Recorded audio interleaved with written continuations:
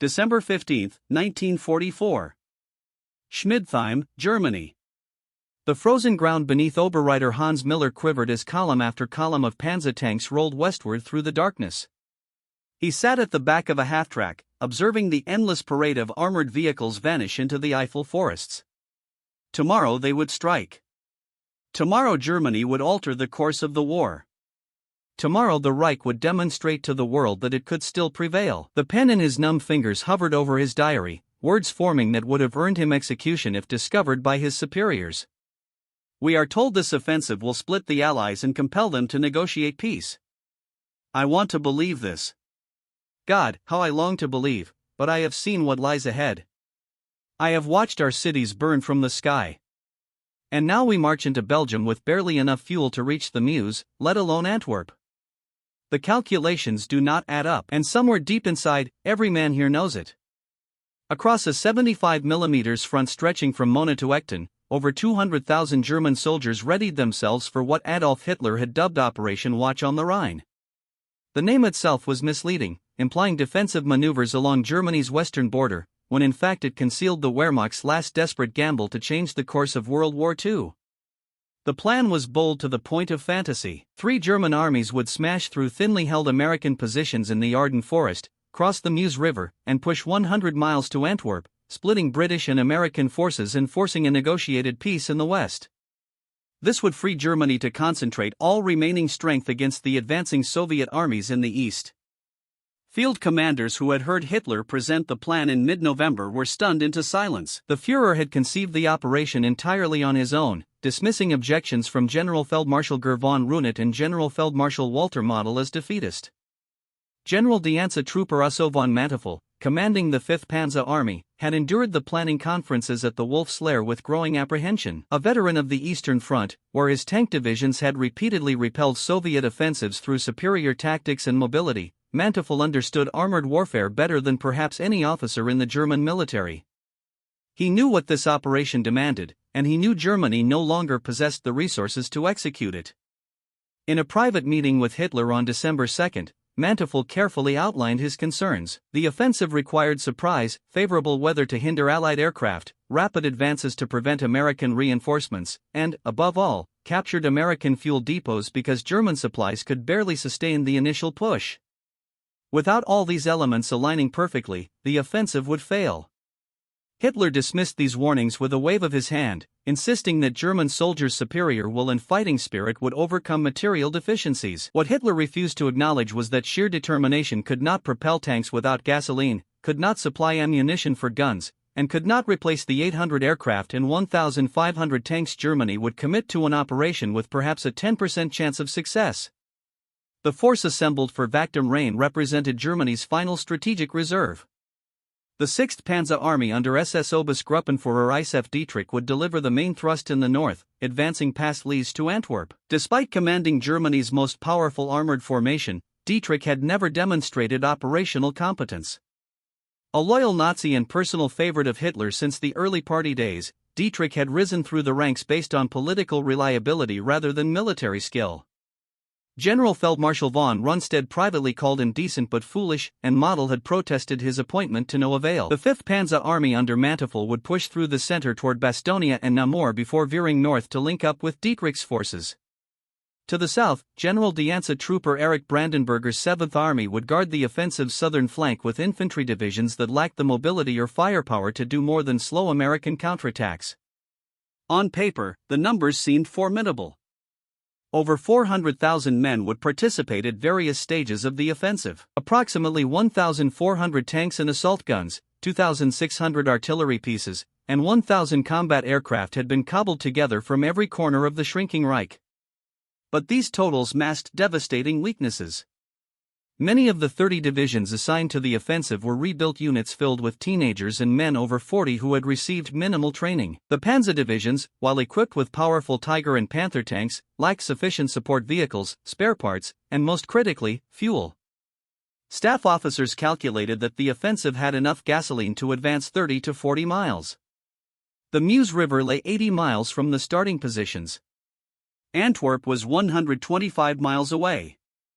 The plan's success relied entirely on seizing American fuel depots intact during the opening days. If the Americans destroyed their stockpiles, the entire German armored spearhead would stall deep in enemy territory.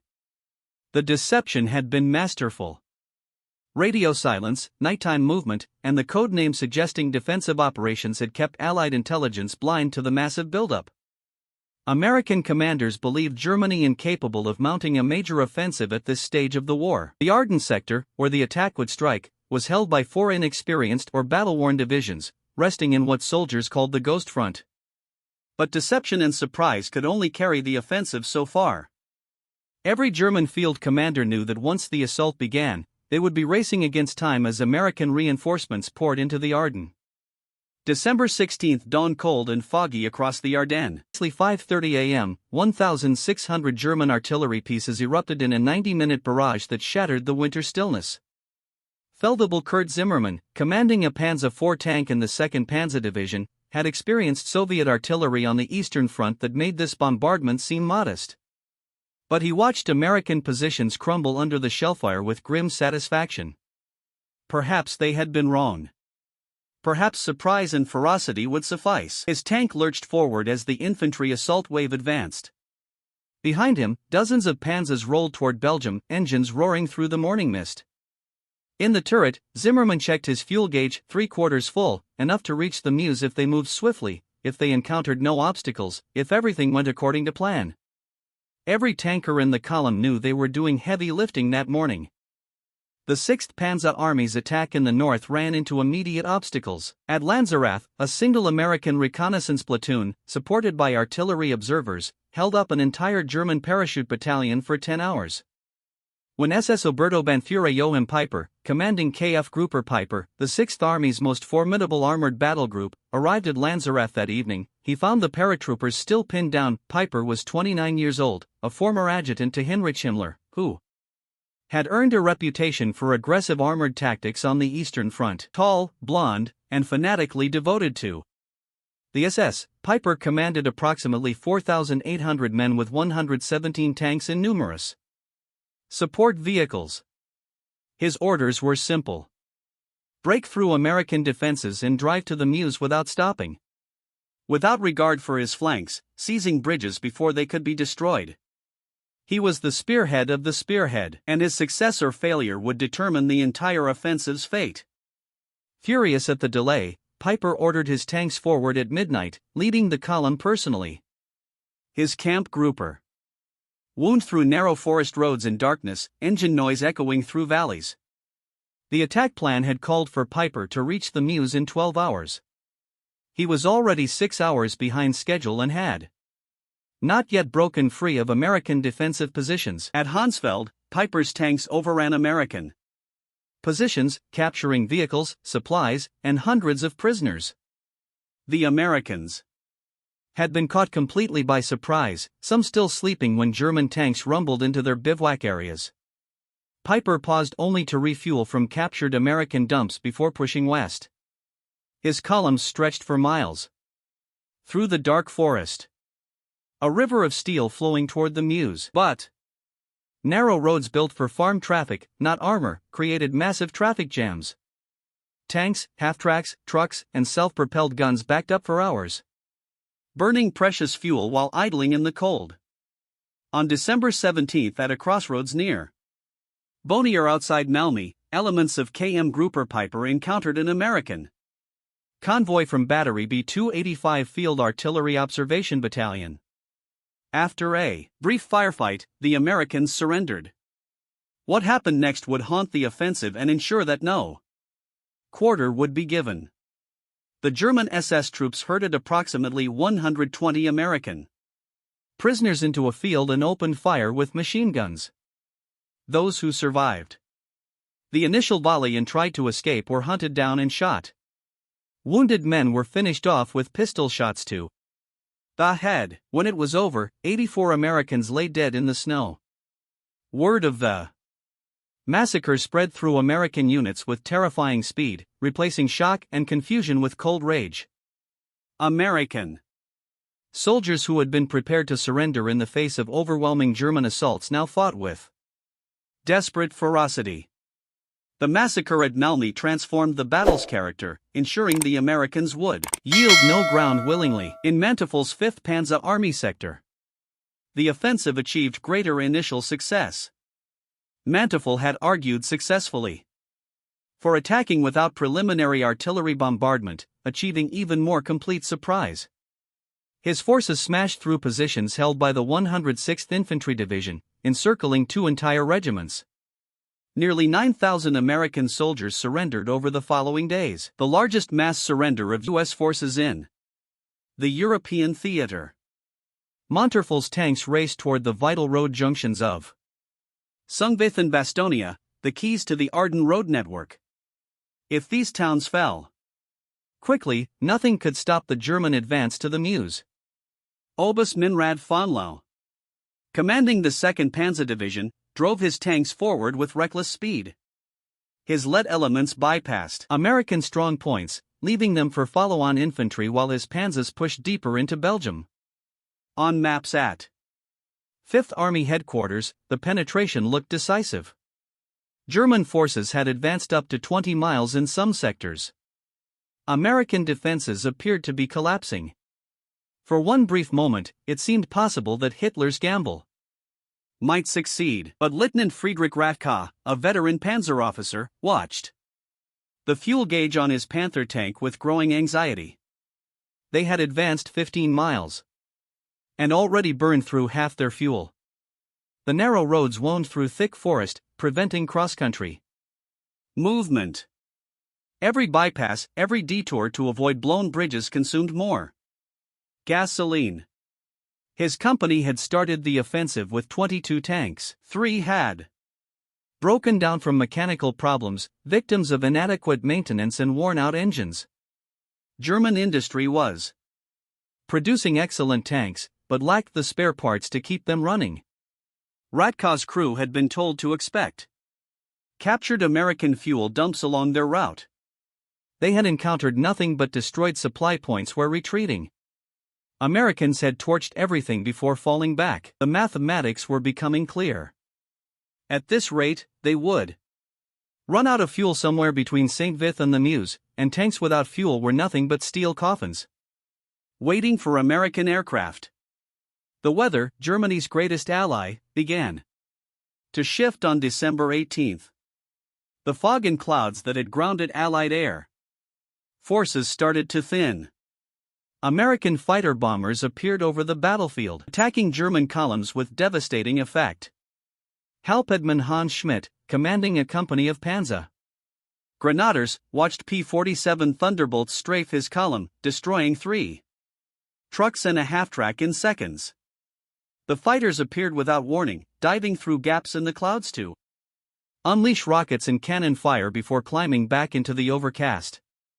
Against aircraft, German forces were nearly defenseless. The Luftwaffe had promised fighter cover, but few German planes appeared. Most of Germany's remaining aircraft had been held back to support a separate operation, and fuel shortages limited combat sorties. American planes appeared with increasing frequency, leaving German vehicles burning along the roadways. The advance slowed repeatedly as units took cover, waiting for the fighters to pass. At Lays, Piper's Kampfgruppe had ground to a halt, surrounded by American forces and completely out of fuel. From 4,800 men and 117 tanks, Piper now commanded fewer than 800 soldiers and 25 armored vehicles immobilized by empty fuel tanks. American artillery pounded the village continuously. American infantry and tanks tightened the noose. On December 22, a Luftwaffe resupply drop intended to deliver fuel and ammunition to Piper's trapped force scattered across the countryside. 90% of the supplies falling outside German lines. Piper radioed for permission to break out on foot, abandoning his vehicles. The request traveled up the chain of command to Dietrich, who forwarded it to Hitler. The answer came back the following day. Hold your position. Reinforcements are coming. But Piper knew no reinforcements would arrive. American forces held every approach route. His men were eating their last rations. Wounded soldiers lay in cellars with minimal medical care. On December 23, Piper made the decision to withdraw without permission. That night, 800 survivors abandoned their tanks and vehicles, slipping through American lines on foot to reach German positions days later. Camp Grouper Piper, the most powerful armored formation in the offensive, had been destroyed without achieving any strategic objective. The pattern repeated across the entire front. At St. Vith, American defenders held out far longer than German planners anticipated, tying up critical road junctions until December 21. At Elsenborn Ridge, the 2nd and 99th Infantry Divisions created an impenetrable northern shoulder that channeled the 6th Panzer Army into narrow valleys where American artillery slaughtered German infantry attempting to break through. At Bastonia, the 101st Airborne Division arrived just before German forces could seize the town, creating a fortress that absorbed attack after attack. General Lieutenant Heinrich Freiherr von Lettwitz, commanding 47 Panzer Corps, sent a surrender ultimatum to the American commander on December 22. Brigadier General Anthony McAuliffe's one-word reply entered military legend. Nuts. When German officers asked for clarification, they were told it meant go to hell. The 101st Airborne held Bastonia through Christmas while Montel's panzers attempted to bypass the town and continue west. But the roads radiating from Bastonia were essential for supply and reinforcement.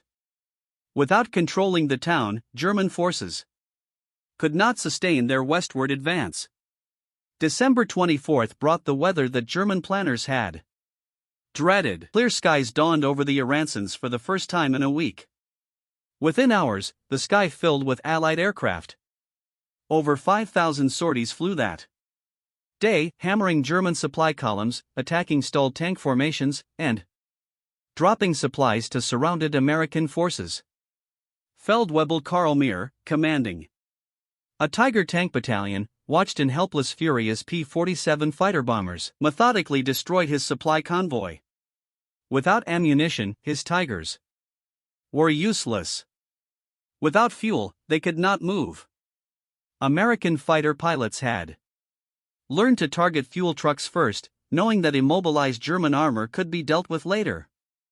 Meyer's battalion, which had started the offensive with 45 Tigers, was down to 19 operational vehicles. The rest had been abandoned for lack of fuel, destroyed by air attack, or knocked out in close quarter fighting. The Tiger, Germany's most formidable tank, possessed armor that could shrug off most American tank rounds and an 88mm gun capable of destroying any Allied vehicle at long range. But none of that mattered when the tanks sat motionless, their fuel tanks empty, while American fighter bombers circled overhead like vultures. By December 25, the offensive had reached its high watermark. Elements of the 2nd Panzer Division had pushed to within 4 miles of the Meuse River near Dinant, the deepest German penetration. But this spearhead was cut off, surrounded, and out of fuel. To the north, British tanks of XXX Corps held the Meuse crossings in strength. To the south, Patton's Third Army had disengaged from its positions in Lorraine, pivoted 90 degrees north, and slammed into the southern flank of the German salient. The weather had turned decisively against Germany. American artillery spotters called down devastating fire on German positions with complete visibility. Allied logistics functioned with machine-like efficiency, delivering thousands of tons of supplies daily, while German supply columns burned under air attack. The bulge that gave the battle its name had reached maximum extension. Now the Allies were going to squeeze it shut. Man Otto Krebs, who had commanded a Panzer Grenadier Company through the opening days of the offensive, sat in a frozen foxhole near Bastonia on Christmas Day, trying to comprehend what had gone wrong. They had achieved complete surprise. They had broken through American lines. They had advanced up to 30 miles in some sectors.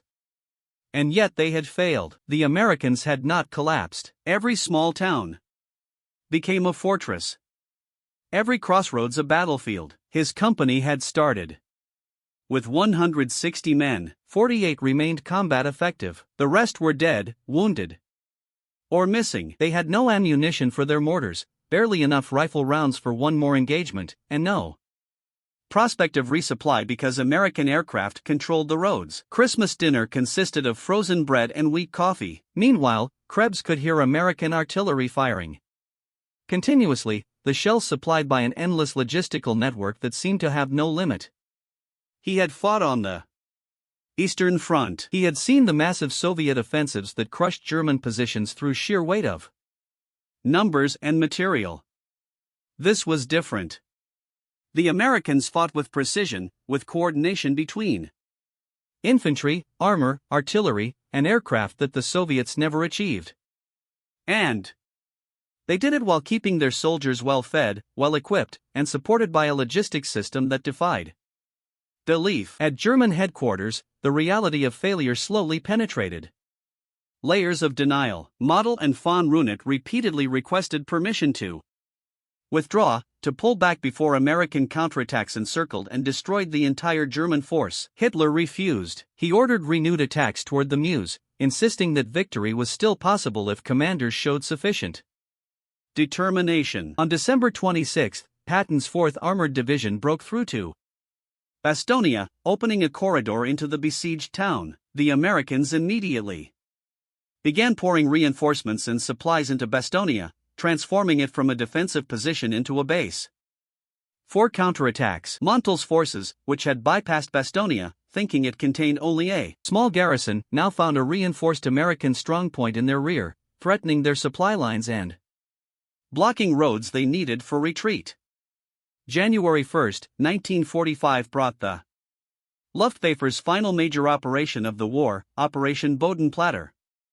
Over 900 German aircraft launched surprise attacks on Allied airfields in Belgium and Holland, destroying approximately 200 Allied planes on the ground. For a few hours, it seemed Germany could still strike devastating blows, but the operation had been a strategic disaster. The Luftwaffe lost approximately 280 aircraft, destroyed with more than 230 pilots killed, missing, captured or wounded, including wing commanders, squadron leaders, and irreplaceable experienced aviators. The Allies replaced their lost planes within days. Germany would never recover the pilots or aircraft lost in what proved to be the Luftwaffe's death blow against itself. Oust Johannes Steinhoff, one of Germany's highest-scoring fighter pilots, watched the returning aircraft land with growing horror as the losses became clear. The Luftwaffe had gambled everything on one operation and lost. From this point forward, German forces would fight without meaningful air cover while Allied fighter bombers hunted them relentlessly. The German offensive had created a bulge 60 miles deep and 40 miles wide at its base, but it had failed to reach any strategic objective. The Meuse remained in Allied hands. Antwerp was unthreatened. Allied armies had not been split or encircled. Most critically, the offensive had consumed Germany's last strategic reserves of men, tanks, fuel, and ammunition. Every Panzer division committed to the Ardennes was effectively destroyed as a fighting force. Replacements did not exist. New tanks could not be produced in sufficient numbers. Fuel reserves were exhausted. The offensive had burned through supplies that had taken months to accumulate. Supplies that Germany could never replace. On January 3, the Americans launched major counterattacks from the north and south, aiming to pinch off the Bulge and trap the German forces inside. Hitler finally authorized a limited withdrawal on January 8, but by then the opportunity for an organized retreat had passed. German forces fell back under constant pressure, fighting desperate rearguard actions while American forces hammered them from the ground and air. Lieutenant Hans Baer, a tank commander in the 9th Panzer Division, recorded the final days of the offensive in letters never sent, found among his possessions after his death in February 1945. "We are destroying our own vehicles for lack of fuel to move them. Every road is choked with abandoned equipment. The Americans pursue us day and night, their aircraft appearing whenever the weather clears, their artillery following us with uncanny accuracy. We started this offensive believing we could change the war's outcome. Now we fight simply to Escape the trap we created for ourselves. The men no longer speak of victory.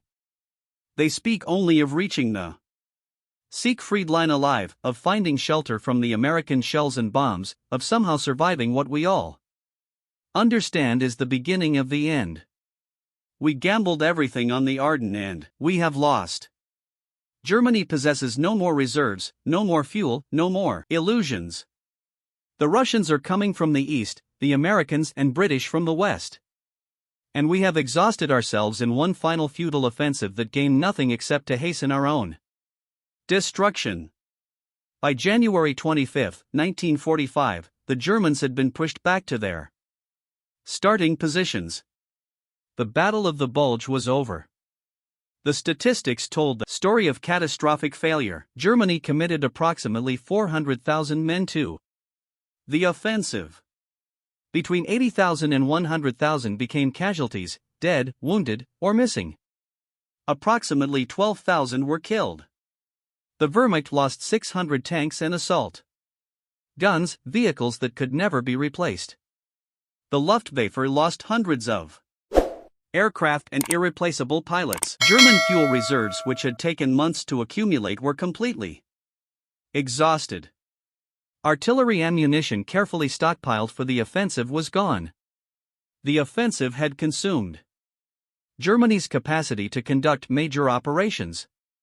Never again would Germany launch an attack of such scale. The Americans suffered approximately 81,000 casualties, including 19,000 killed. But, unlike Germany, America could replace these losses. Ships from America arrived daily with fresh divisions, new equipment, and endless supplies. The American dead would be mourned, but their loss would not American military operations. Germany's dead, wounded, and captured represented losses that could never be made good. More significant than the immediate casualties was the strategic cost. The offensive delayed Allied plans to cross the Rhine by approximately 6 weeks, but it also delayed Soviet operations in the east as Stalin had launched a massive winter offensive on January 12, forcing Germany to shift reinforcements eastward at the moment when they were most needed to defend the Ardennes. Hitler had gambled that a decisive victory in the west would allow Germany to concentrate against the Soviets. Instead, the Ardennes consumed forces desperately needed in the east while achieving nothing in the west. When the Soviets launched their Vistula-Oder offensive, they encountered weakened German defenses and advanced 300 m in 3 weeks, reaching the Oder River less than 50 miles from Berlin. The Panzer divisions destroyed in the Ardennes could have slowed, though not stopped, this advance.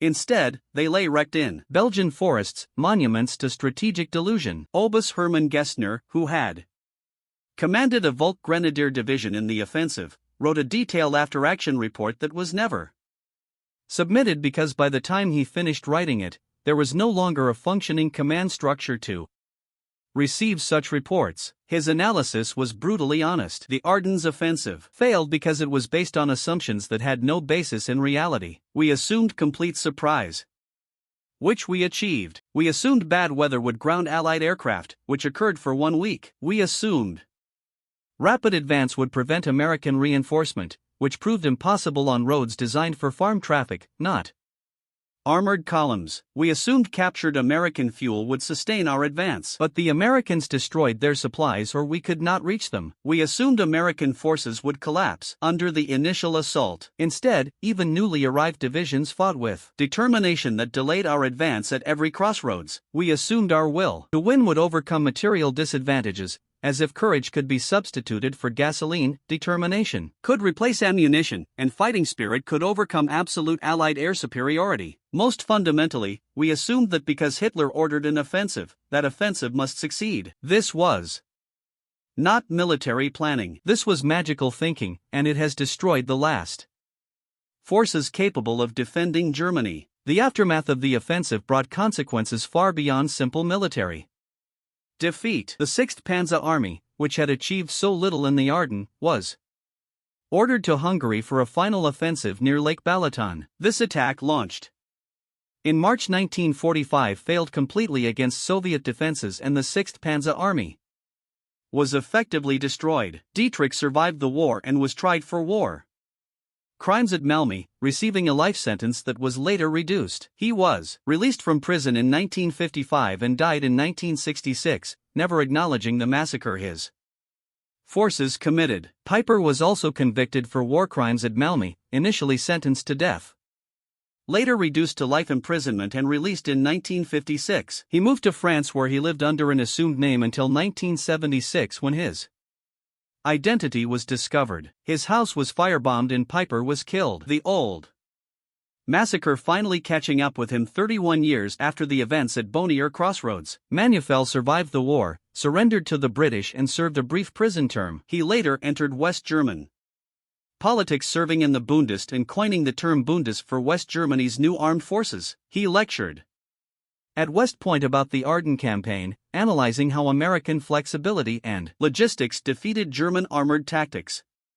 In interviews during the 1970s, Manteufel was candid about the offensive's futility. From a purely military standpoint, the Ardennes attack made no sense. Germany lacked the resources to reach Antwerp. We lacked the fuel to sustain an advance beyond the MOS. We lacked the air power to protect our columns from Allied fighter bombers. We lacked the reserves to exploit any breakthrough we achieved. The offensive succeeded tactically in achieving surprise and breaking through American lines. It failed operationally because we could not sustain the advance. It failed strategically because even if we had reached Antwerp, which was impossible, such success would not have forced Allied negotiation or changed the war's fundamental outcome. Germany was already defeated. The Ardennes offensive simply accelerated the final collapse. The Battle of the Bulge demonstrated the difference between tactical proficiency and strategic reality. German soldiers fought with skill and determination throughout the offensive. German commanders executed complex operations under difficult conditions. German tank crews showed tactical superiority in individual engagements. None of it mattered because Germany lacked the industrial capacity, the logistics, and the resources to sustain offensive operations. The Americans had been surprised and badly hurt, but their response illustrated the power of material superiority and organizational depth. Within days, Eisenhower had shifted divisions across hundreds of miles, reorganized command structures, and concentrated overwhelming force against the German penetration. American logistics delivered thousands of tons of supplies daily. Despite winter weather and damaged roads, American industry replaced every lost tank, every destroyed truck, every expended artillery shell. The Battle of the Bulge was not won by superior American tactics or battlefield performance. In many engagements, German forces demonstrated higher tactical skill. The battle was won by American logistics, by industrial capacity that could absorb losses and replace them overnight, by an army that could shift corps-sized formations hundreds of miles in response to crisis, and by complete air superiority that allowed American fighters to hunt German columns at will. For Germany, the Ardennes represented the death of strategic flexibility. After the offensive collapsed, the Wehrmacht fought purely defensive operations. The initiative passed completely to the Allies. In the east, Soviet armies advanced inexorably toward Berlin. In the west, American and British forces prepared to cross the Rhine. Germany's cities were systematically destroyed by strategic bombing. Oil production collapsed under air attack. Transportation networks disintegrated. Food supplies ran short. The industrial capacity that had sustained 4 years of war was crumbling. German soldiers no longer fought for victory. They fought to delay defeat, to keep Allied armies away from German cities for another day, another week, another month. They fought because the alternative was surrender, and they had been conditioned to believe surrender was betrayal. They fought because, despite everything, despite the destroyed cities and the millions dead and the complete hopelessness of their position, the Nazi regime still held Germany in its grip. And desertion meant death for the soldier and persecution for his family.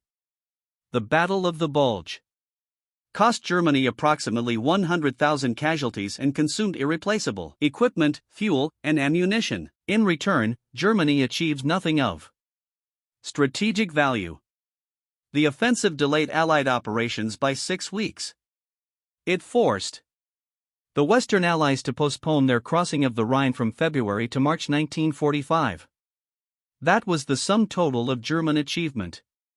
For this delay, Germany sacrificed its last mobile reserves, ensuring that when the Allies finally crossed the Rhine, they encountered weakened defenses that collapsed rapidly. For this delay, Germany sacrificed Panzer divisions desperately needed to defend against Soviet offensives in the east. For this delay, Germany consumed fuel reserves that might have powered a fighting withdrawal that could have prolonged resistance. The Ardennes offensive was Hitler's last gamble, and it was a catastrophic failure, perhaps the most expensive failure of the entire war, because it consumed resources Germany could not afford to lose in pursuit of objectives Germany could never achieve. Greer Paul Schmidt, who had participated in the opening assault as an infantryman in the 12th Volks Grenadier Division, survived the war and recorded his memories in the 1960s. His account captured the transformation German soldiers experienced during the offensive.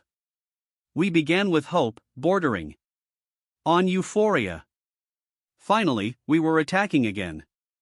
Finally, we would strike a decisive blow against the Americans. The first days seemed to confirm our hopes. American units retreated. We advanced. We captured supplies and equipment. But, by the fourth day, reality asserted itself. American resistance stiffened. American artillery fire increased. American counterattacks drove us from positions we had taken. And always when the weather cleared came the aircraft. Day after day, American fighters attacked our columns. They destroyed our supply trucks, our fuel transports, our ammunition carriers.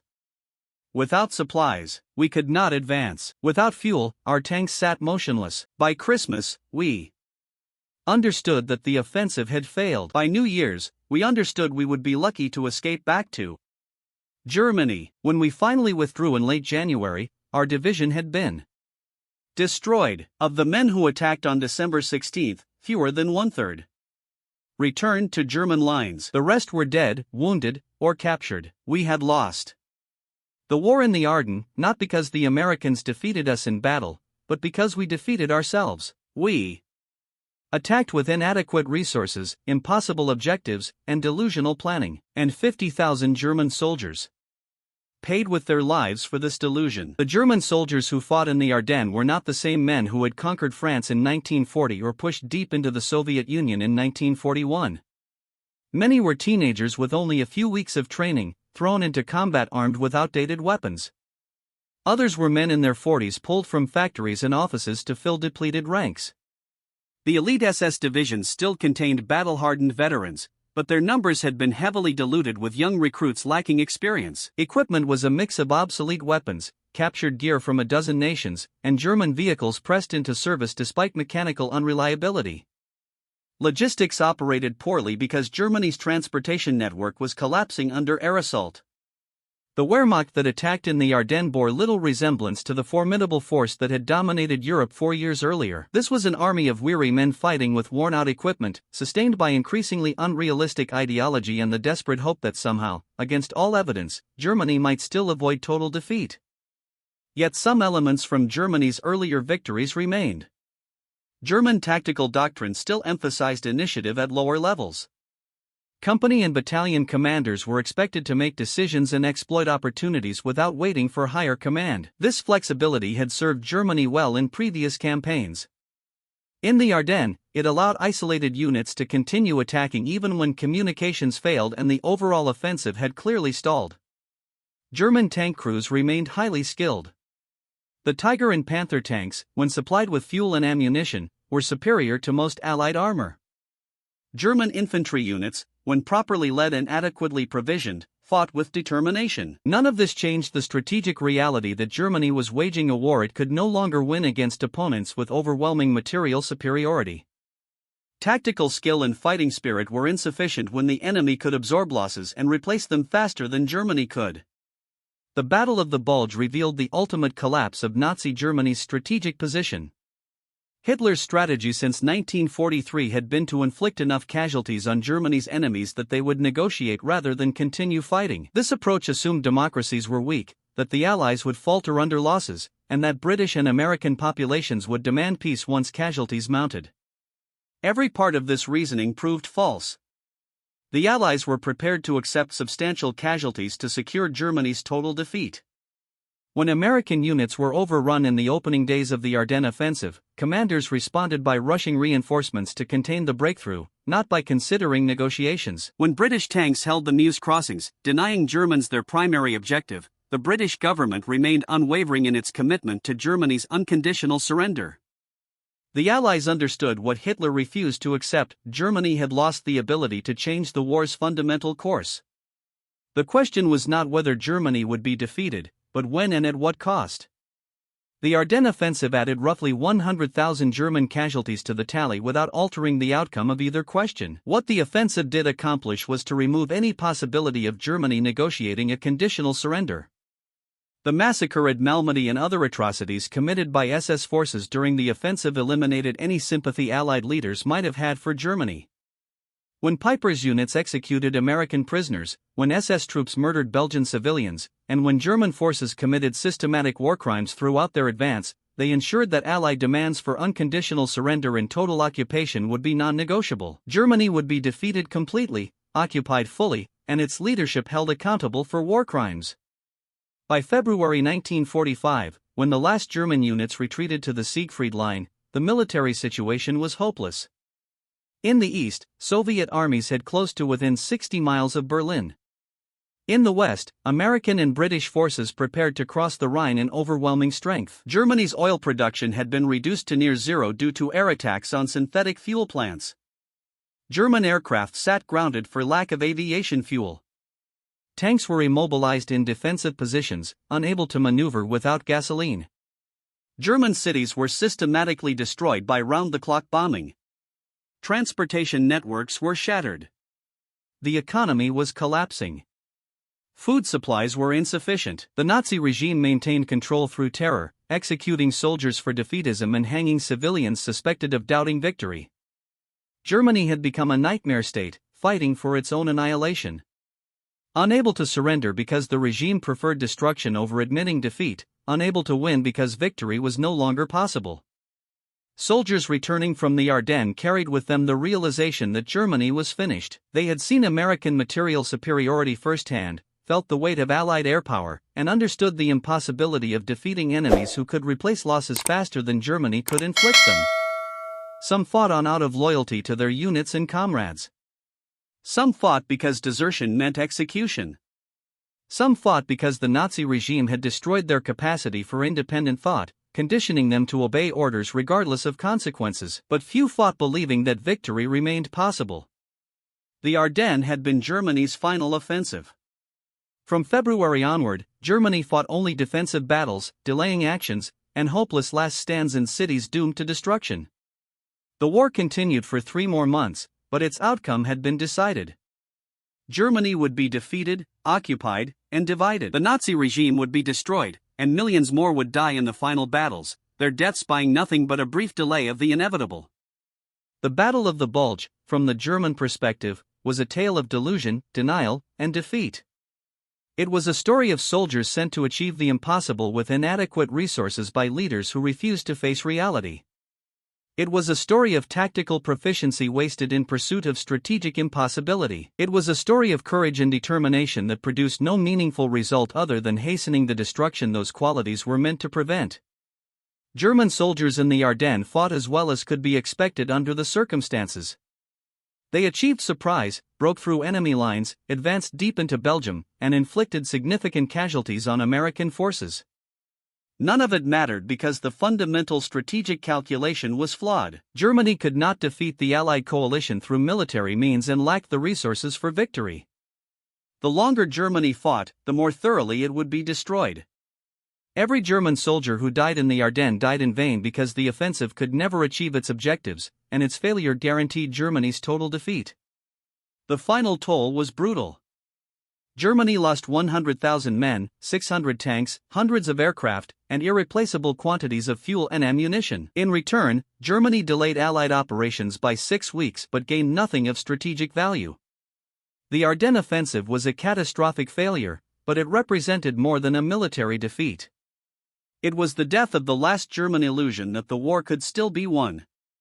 After the Ardennes, even the most fanatical Nazis understood that Germany faced not just defeat, but total destruction. The offensive consumed the last forces capable of delaying that destruction, ensuring that when the final collapse occurred, it would be swift and complete.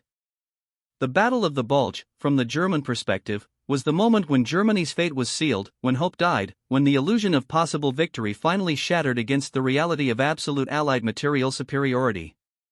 German soldiers believed they were fighting for Germany's survival. Instead, they participated in an operation that guaranteed Germany's annihilation, ordered by a regime that preferred total catastrophe over admitting error.